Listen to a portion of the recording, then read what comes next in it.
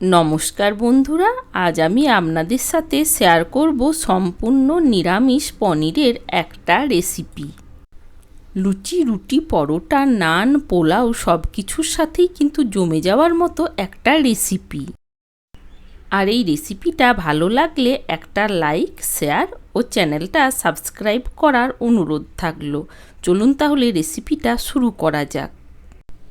আমি নিলাম 400 গ্রাম মতো পনিরটা আমি কিউব কিউব করে কেটে নিয়েছি।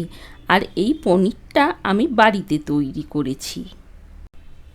এবার এই পনিরের মধ্যে দিয়ে দেব পরিমাণ মতো লবণ। তার সাথে দিয়ে দিলাম 1 চামচ মতো কর্নফ্লাওয়ার। এবার লবণ আর কর্নফ্লাওয়ার বেশ ভালোভাবে পনিরের মধ্যে মাখিয়ে নেব। লবণ আর কর্নফ্লাওয়ার পনিরের মধ্যে বেশ ভালোভাবে মাখিয়ে নেওয়ার পর একটা প্যানের মধ্যে দিয়ে দিলাম সামান্য সরষের তেল। আপনারা চাইলে কিন্তু এই রেসিপিটা সাদা তেলের মধ্যেও বানিয়ে নিতে পারেন, কিন্তু যে কোনো রান্না আমি সরষের তেলে তৈরি করতেই বেশি ভালোবাসি, তাই আমি সরষের তেল দিয়েছি। এবার আমি পনিরগুলো একটু ভেজে নেব। আর আপনারা রান্নাতে যেমন তেলের ব্যবহার করেন সেই অনুযায়ী তেলের পরিমাণটা বাড়িয়ে কমিয়ে নেবেন। দেখুন পনিরগুলো একটু ভেজে নিয়েছি, খুব বেশি লাল করে ভাজবো না। পনিরগুলো ভাজা হয়ে গেছে, এবার আমি নামিয়ে নেব। এবার ওই প্যানের মধ্যেই দিয়ে দিলাম সামান্য সরষের তেল। তার সাথে দিয়ে দিলাম সামান্য ঘি। অবশ্যই আপনারা চাইলে সরষের তেলটার পরিবর্তে এই জায়গাতে শুধু ঘিও দিতে পারেন। এবার দিয়ে দিলাম সামান্য কসুরি মেথি। তার সাথে দিলাম 1 চামচের একটু কম আদার পেস্ট। এবার সামান্য জল দিয়ে বেশ ভালোভাবে একটু নাড়াচাড়া করে কষিয়ে নেব। এইদিকে এই রেসিপিতে দেওয়ার জন্য আমি একটা মশলা বানিয়ে নেব। মিক্সির জারের মধ্যে নিয়ে নিলাম 2 চামচ পোস্ত। পোস্তটা শুকনো অবস্থাতে একটু গুঁড়ো করে নিলাম।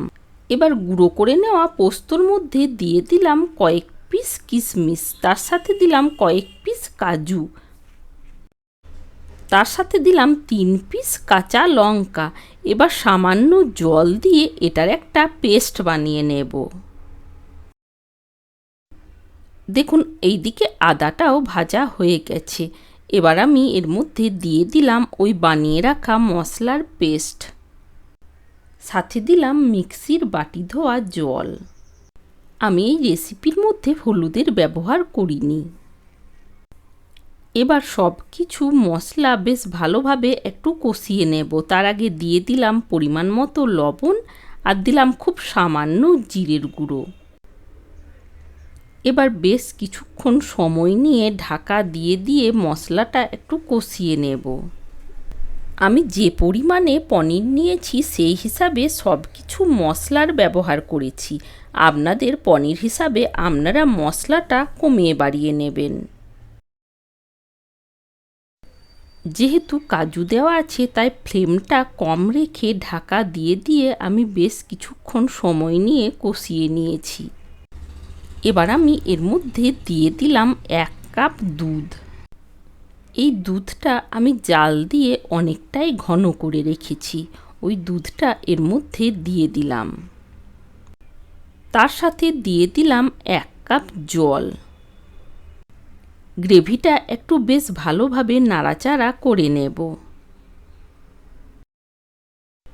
2-3 মিনিট মতো গ্রেভিটা বেশ ভালোভাবে ফুটিয়ে নেওয়ার পর দিয়ে দিলাম ওই ভেজে নেওয়া পনিরগুলো দিয়ে একটু বেশ ভালোভাবে নাড়াচাড়া করে নেব। এবার আমি ওপর থেকে ছড়িয়ে দিলাম সামান্য চিলি ফ্লেক্স। তার সাথে দিয়ে দিলাম ড্রাই রোস্ট করে রাখা সামান্য কসুরি মেথি। আপনারা চাইলে এর মধ্যে সামান্য ঘিও অ্যাড করতে পারেন, কিন্তু যেহেতু আমি ঘি দিয়েছিলাম আগে তাই ঘিটা আর দিলাম না। এবার 2 মিনিটের জন্য একবার ঢাকা দিয়ে দিয়েছিলাম। দেখুন তৈরি হয়ে গেছে। যেহেতু পনিরের যে কোনো আইটেম একটু মিষ্টি মিষ্টি বেশি ভালো লাগে, তাই আমি এর মধ্যে কিশমিশের ব্যবহার করেছি। আপনারা চাইলে এর মধ্যে আরেকটু চিনিও দিতে পারেন। দেখুন সার্ভ করে নিচ্ছি। নিরামিষ পনিরের এই রেসিপিটা আপনাদের কেমন লেগেছে কমেন্টের মাধ্যমে জানানোর অনুরোধ থাকলো।